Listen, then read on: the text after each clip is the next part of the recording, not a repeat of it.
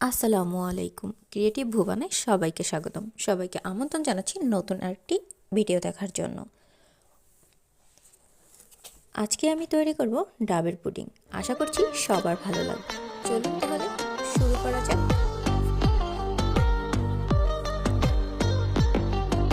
প্রথমে আমি একটি ডাব নিয়ে তার পানিগুলোকে নিয়ে নিব এবং জাল করতে বসিয়ে দিব।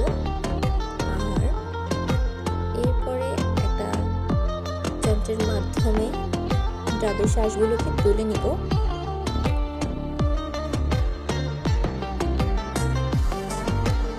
যাতে সুন্দর একটা শেপ আসে।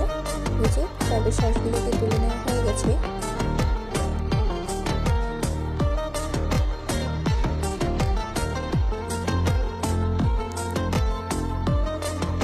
পর্যায়ে দিয়ে দিব আগার আগার পাউডার, যেটা কিনা ডাবের পুডিং তৈরির সব থেকে প্রধান উপাদান। এই যে পরিমিত পাউডার দিয়ে দিয়েছি এবং পানির মধ্যে আগে আমি চিনি দিয়ে দিচ্ছিলাম।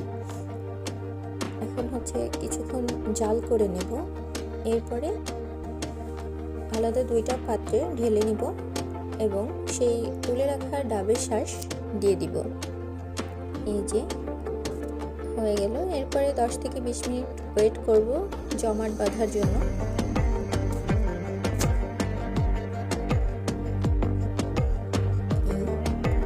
জমাট বাঁধা হয়ে গেছে। এই পর্যায়ে আমি পুডিংটাকে তুলে নিব। একটা ছুরির মাধ্যমে চারপাশটা একটু আলগা করে দিব এবং তারপরে একটা প্লেটে ঢেলে নেব। এই যে রেডি হয়ে গেল আমার ডাবের পুডিং। এতক্ষণ সঙ্গে থাকার জন্য সবাইকে অনেক অনেক ধন্যবাদ। দেখা হবে নতুন কোনো ভিডিওতে। সে পর্যন্ত সবাই ভালো থাকুন, সুস্থ থাকুন। আল্লাহ হাফেজ।